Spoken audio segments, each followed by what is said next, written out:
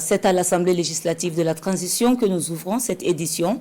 Adoptée ce jour, la loi autorisant le gouvernement à prendre des mesures par ordonnance dans le cadre des suggestions liées aux nécessités de la défense nationale.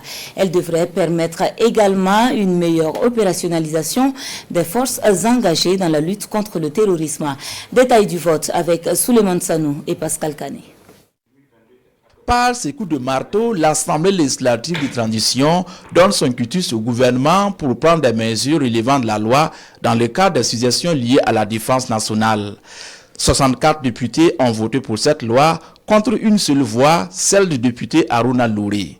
Le gouvernement peut alors, durant une année, gérer par ordonnance les questions liées à la sécurité nationale. Cette loi adoptée devrait permettre au gouvernement d'avoir les coups de franche dans le domaine de la sécurité et aux forces de défense et de sécurité d'être plus efficaces sur le terrain. Pour le ministre en charge de la justice, l'heure n'est plus aux polémiques. Et il ne s'agit pas de faire des discussions théoriques. Il s'agit de répondre à une situation tragique dans laquelle nous nous trouvons et pour laquelle le gouvernement, les FDS, les VDP doivent répondre à chaque instant. Je ne dis pas tous les jours, à chaque instant. Le processus d'adoption de la loi a été participatif.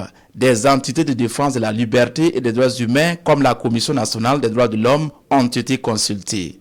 Dans leurs commentaires avant les votes, les députés dans leur majorité ont soutenu l'adoption de cette loi, estimant qu'au regard de la situation nationale, les citoyens devraient consentir à accepter des restrictions de leur liberté. Cependant, certains députés, comme le député Louré, ont exprimé des craintes sur la durée et le rôle de l'ALT.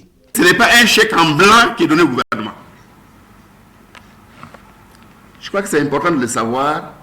Lorsque, effectivement, la loi d'habilitation est votée et qu'il est prévu de prendre des ordonnances, cette ordonnance est donc, le gouvernement délibère en Conseil des ministres, mais avant ça, il soumet le projet au Conseil constitutionnel.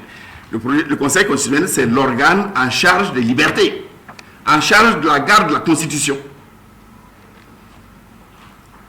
Ça, c'est un premier verrou qui montre qu'on a parlé quelque part d'abus. C'est un dispositif déjà qui évite les abus. La loi d'habilitation du gouvernement entre donc en vigueur dès son adoption. Elle contient 4 articles, dont un prévoyant que le gouvernement, en fonction des besoins, peut déposer des amendements avant la fin de la loi d'habilitation.